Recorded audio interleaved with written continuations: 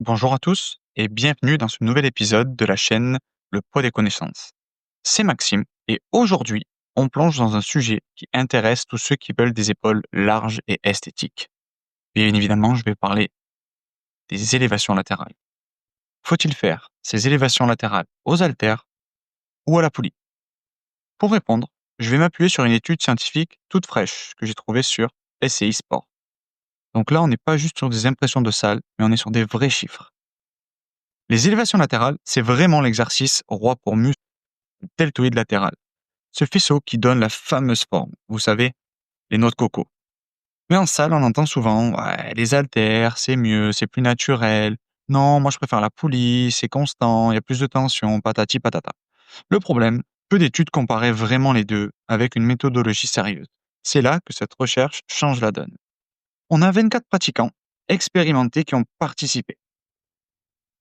Chacun a travaillé chaque bras avec une méthode différente.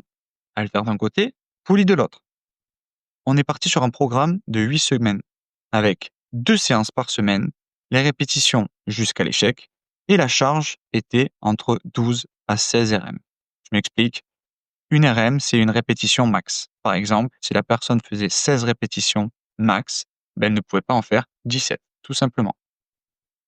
Au début, on était sur 4 séries, donc pendant 4 semaines. Puis à partir de la 5e semaine, on était sur 5 séries. Et surtout, les mesures étaient faites par échographie, au début et à la fin, sur 2 zones précises du deltoïde, la partie haute, donc la partie proximale, et la partie basse, qui est dite distale.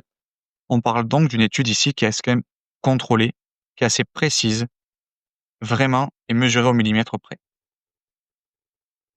Du coup, quels sont les résultats? Sur la partie haute du deltoïde, 4,4% de croissance avec les haltères, contre 4,2% avec la poulie. Sur la partie basse, 5,2 avec les haltères, 5,3 avec la poulie. En résumé, aucune différence significative. Les écarts sont tellement petits qu'ils sont dans la marge d'erreur de l'échographie. Ça nous dit quoi? Je dirais 2 conclusions assez importantes.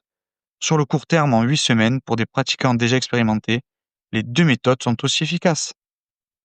Ce qui va faire la différence, ce n'est pas le matériel. Comme je dis toujours, l'exécution est très importante.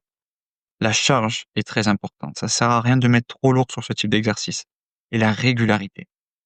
D'en faire souvent. Vous voulez des épaules, faites-les souvent. Quand je parlais d'exécution, je parle sur l'amplitude du mouvement. Je dirais que ça, c'est plutôt rassurant. Si à la salle, vous n'avez pas de poulie, vous ratez rien. Avec les haltères, ça fait quand même le travail. Si vous préférez avoir des sensations de poulie, allez-y. Si vous voulez alterner, c'est parfait aussi. En soi, pour profiter au maximum de cette info, variez. Alternez entre les haltères et la poulie pour éviter la monotonie et stimuler les muscles différemment. Soignez votre technique, ne vous balancez pas, montez bien jusqu'à l'horizontale en montant vos coudes en priorité et contrôlez-moi cette descente. Cette phase dite excentrique est très importante.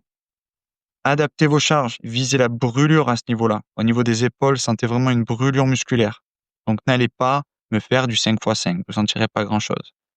Faites entre 12 à 16 répétitions et augmentez progressivement. Et surtout, une régularité. Entraînement semaine après semaine qui compte. C'est pas la poulie ou les haltères qui comptent le plus. Donc, comme on nous dit la science, les deux fonctionnent. Le vrai secret, c'est l'intensité. Alors, à votre prochaine séance, choisissez ce qui vous motive le plus et donnez tout. Parce qu'au final, ce ne sont pas les haltères ou la poulie qui feront vos épaules, c'est vous. Et s'entraîner intelligemment, c'est penser long terme. Je vous laisse là-dessus. C'était Maxime. Merci de m'avoir écouté.